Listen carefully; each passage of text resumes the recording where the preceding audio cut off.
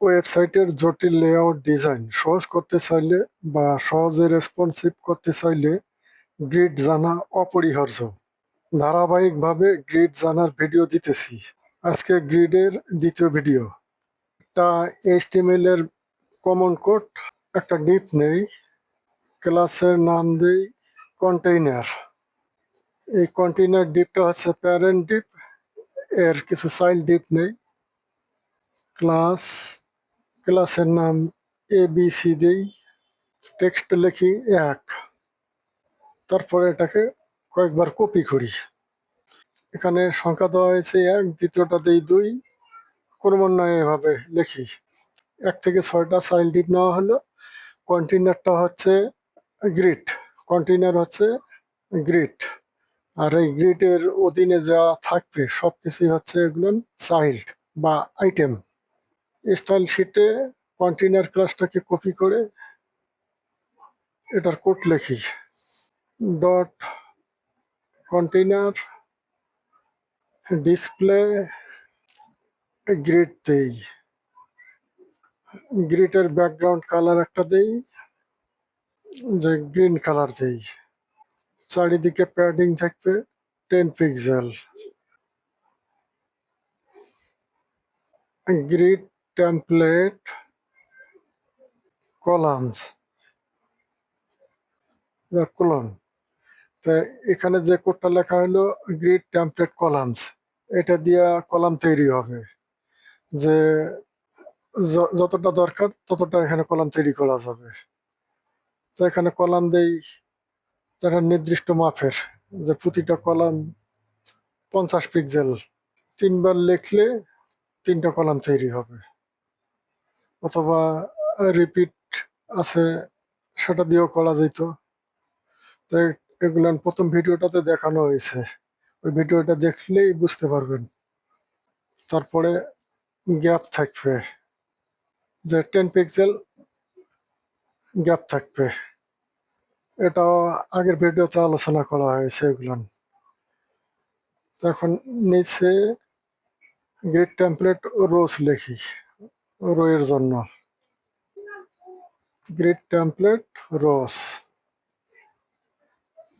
যেহেতু HTML এ 6টা element নেওয়া হয়েছে, আইটেম নেওয়া হয়েছে, আর কলাম করা হয়েছে 3টা, তাহলে অটোমেটিক এখানে রোজ তৈরি হবে 2টা।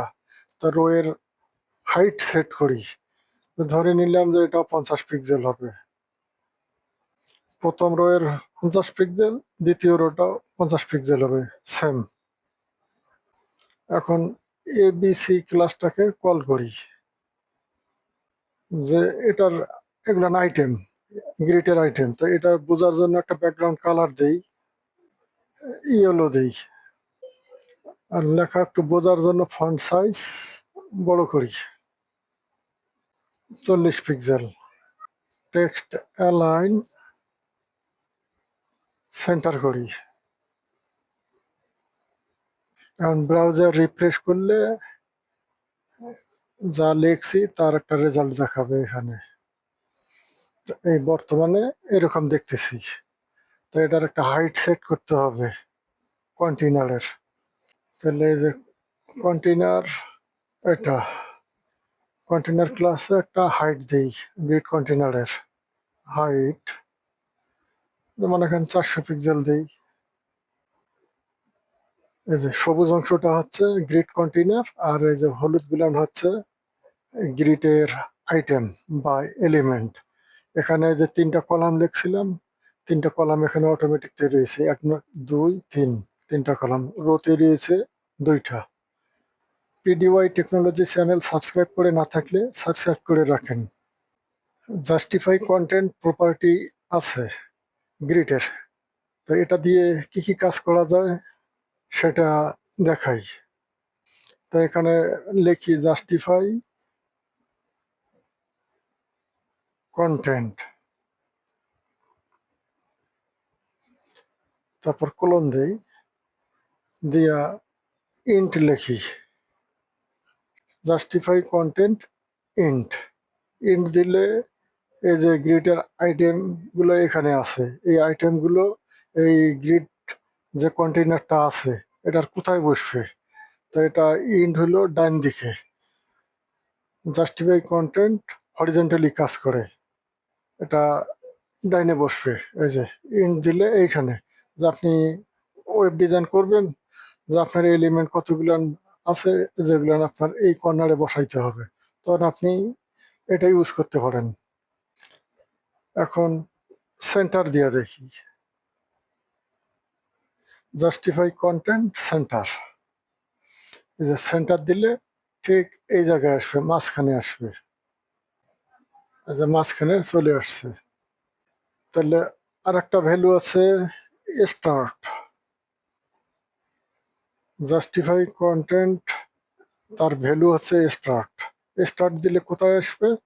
এই যে বাম দিকের এই কর্নারে আসবে, এই যে স্টার্ট এটা।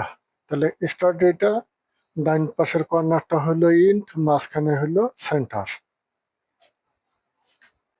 এখন আর একটা ভ্যালু দেখি, justify content, justify content space between, between. দেখুন ব্রাউজার রিফ্রেশ করি, এই যে স্পেস বিটুইন দিলে কি হবে, যে হরিজন্টালি দুই প্রান্তে, এই যে পেডিং দুই সাইডে 10 পিক্সেল আছে, তাহলে স্পেস বিটুইন ব্যবহার করাতে কি হয়েছে, যে হরিজন্টালি দুই প্রান্তে পেডিং বাদ দিয়া কলামগুলো বসছে, আর মাঝে কলাম বসছে 2 নম্বর কলামটা, 3 নম্বর কলামটা ডান দিকে বসছে, আর মাঝখানের যত কলাম থাকবে সবগুলো গ্যাপ সমান থাকবে। মানে আর একটা ভ্যালু হচ্ছে জাস্টিফাই কন্টেন্টের স্পেস অ্যারাউন্ড, তাহলে স্পেস অ্যারাউন্ড দিলে কিছু গ্যাপ থাকবে, সামনে এবং শেষের যে কলামটা আছে দুই সাইডে সমান গ্যাপ থাকবে, কিন্তু মাঝে যে কলামগুলো থাকবে এগুলানের গ্যাপ এক সমান থাকবে।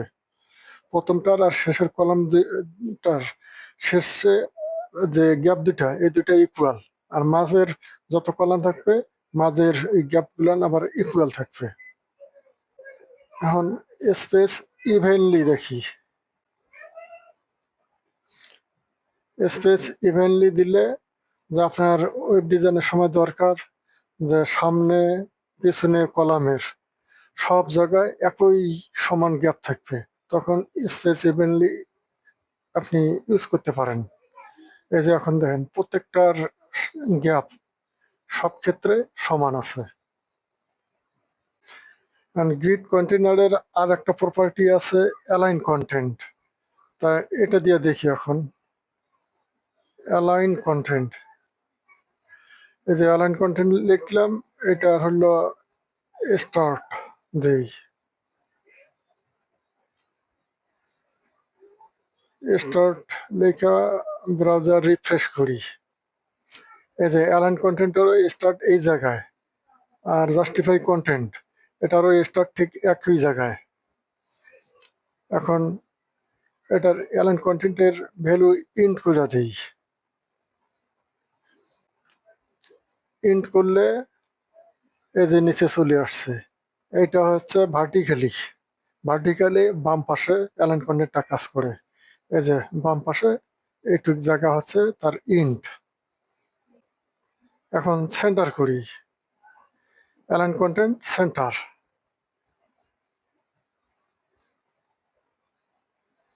ব্রাউজার রিফ্রেশ করি, এই যে ভার্টিক্যালি এসে সেন্টার হয়েছে, মাঝখানে বসে আসে। কারণ space between, space dash between, save করি, ব্রাউজার রিফ্রেশ করি, এই যে স্পেস বিটুইন, এটা হলো ভার্টিক্যালি কাজ করে, এই যে উপরে উপরে 3টা কলাম বসছে, আর বাকি সেকেন্ড রোটা এসে নিচে বসছে। মাঝখানে যদি আরো কন্টেন্ট থাকতো তাহলে সেটা মাঝখানে বসতো। এরপরে দেখি স্পেস অ্যারাউন্ড, স্পেস অ্যারাউন্ড দিলে এটা সামনে উপরে কিছু জায়গা রাখবে, আর নিচের যে রোটা আছে নিচের দিকে কিছু জায়গা রাখবে। আর মাঝে আরো অন্য এলিমেন্ট থাকলে সেগুলো ওখানে বসবে। এই যে উপরের গ্যাপ আর শেষের যে রোটা আছে তার গ্যাপ ২ টা সমান এভাবে বসবে। সমান গ্যাপ চাইলে ইভেনলি স্পেস ইভেনলি একটা ভ্যালু আছে, এটা বসাই। প্রত্যেকটার মধ্যে গ্যাপ সমান আছে, উপরের গ্যাপ, মাঝের গ্যাপ আর শেষের গ্যাপ, ৩টা গ্যাপে এখানে সমান আছে। এখানে যদি কন্টেন্ট আরো বাড়াই দেওয়া যেত তাহলে আর একটা রো মনে করেন তৈরি হইতো, সেক্ষেত্রে প্রত্যেকটার গ্যাপ সমান থাকতো। ইভেনলি দিলে সমান গ্যাপ তৈরি হয়। আপনারা জাস্টিফাই কন্টেন্ট প্রপার্টির অ্যাডভান্স বিষয় জানলেন, সেই সঙ্গে অ্যালাইন কন্টেন্ট প্রপার্টিরও অ্যাডভান্স বিষয়গুলো জানলেন। তো ধারাবাহিক গ্রিডের ভিডিও দেওয়া হচ্ছে, পর্যায়ক্রমে আপনারা সবগুলো নিয়ে পাবেন, সব ভিডিও দেখবেন, তাহলে গ্রিড নিয়ে আপনাদের কোনো চিন্তা করা লাগবে না। তা আজকে এই পর্যন্ত, আজকের মতো বিদায় নিচ্ছি। শফিকুল ইসলাম শফিক, আল্লাহ হাফেজ।